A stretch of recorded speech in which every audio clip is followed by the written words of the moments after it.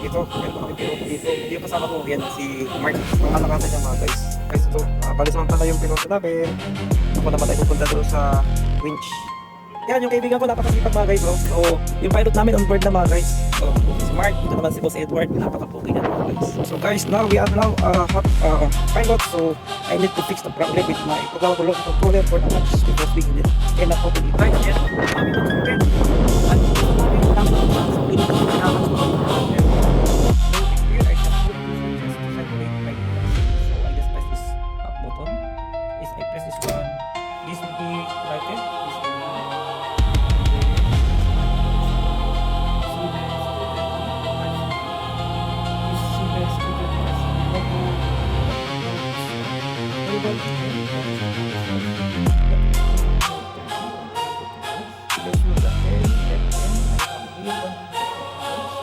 in here I have the input 1, input 2, 3, 4, 5, 6, 7, 8, and another here is the source.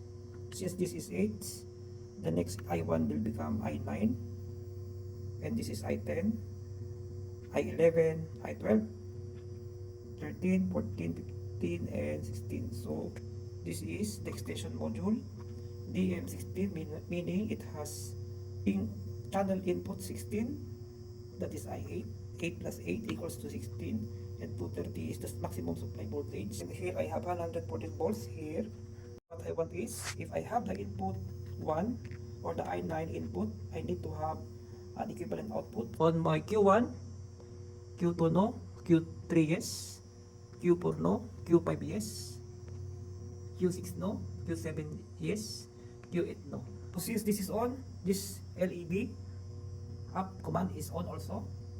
Then here you can find there is an input number 9. This is 9. You will check. I'm going to switch off and switch on again. See, if you are going to check, this 335 is the one that I use as my common. This one 335, 335, 335.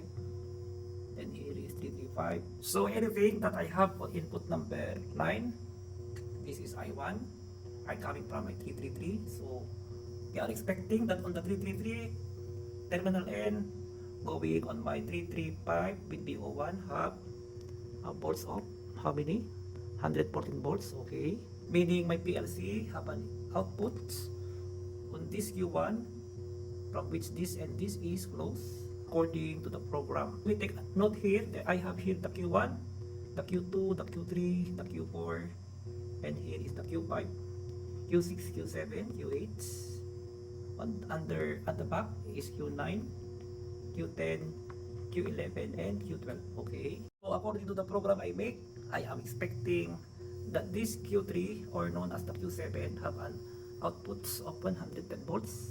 But the problem here, the relay use 1 and 2 is no longer closing each. Just take note guys when counting the output Q1, Q2, Q3, Q4, and this extension module. This Q1 become Q5, Q2 become Q6, and Q3 become Q7. So to check, you must need to press escape, and then we can need to stop the program. Just press here, just select yes, okay, here, and then press OK. Then you need to proceed on program, and then OK, edit.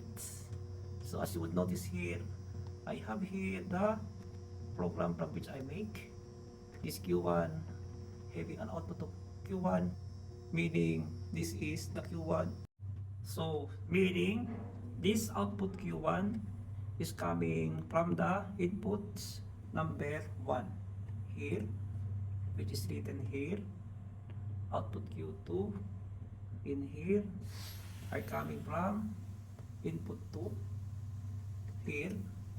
And here I have the Q3. This is the Q3 coming on the input number 7. This is 7. And then this Q4, we need to press this one. So I have here Q4 coming from I8, meaning this Q4 are coming from I8. Okay, here. So we have to press this down, down, down. So I have the I9. This I9 is going coming here. So the I9 here, I have an output of Q5, meaning this I1 is the I9 with an output of Q1 as my Q5, this one. So this I9 have an output of Q6, Q7 in here. This is 5, 6, this is my 7. So this is the problem that I have. So we will press this down, down, down. We will see that, so it is clearly that this Q5 is from the input 9, Q7, and Q9 and Q11 are coming from the I9. So we are going to check the Q5 by pressing this one. So this Q5 is connected on the I9. This is okay. Escape. We will go on the Q7. So the Q7 is connected on I10. So this is the wrong one. So I'm going to modify this one by pressing the OK. And this will be decreased by I9, then OK. Then escape. We will check for the Q number 9. Okay. Q9. That is coming from I9. This is okay. Escape. We are going to check the Q number 11. So this 11 is going on I9. So everything now is okay. I'm going to press escape. Then circuit yes. Please wait. We will press escape. Then start the program. Press OK. Yes. Okay. I'm pressing this one. We will find here I have an input number. Here input number 9. Look.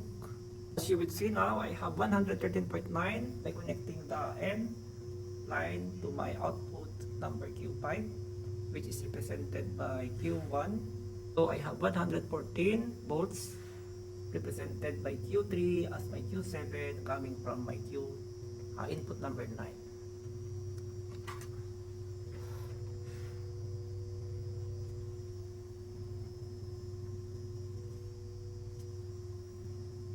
By doing this, we are able to correct the wrong program that I make. So this switch, when you switch off and I'm going to switch on, you will find this number 5 jack up. Okay, it's engaged. Number 6 engaged. Number 7 engaged. Number 8, this is 8 engaged. Okay, when I press this jack down, this 5 okay, 6 okay, 7 okay, 8 okay. So this is the jack down switch, input number 10. So this is my input 10.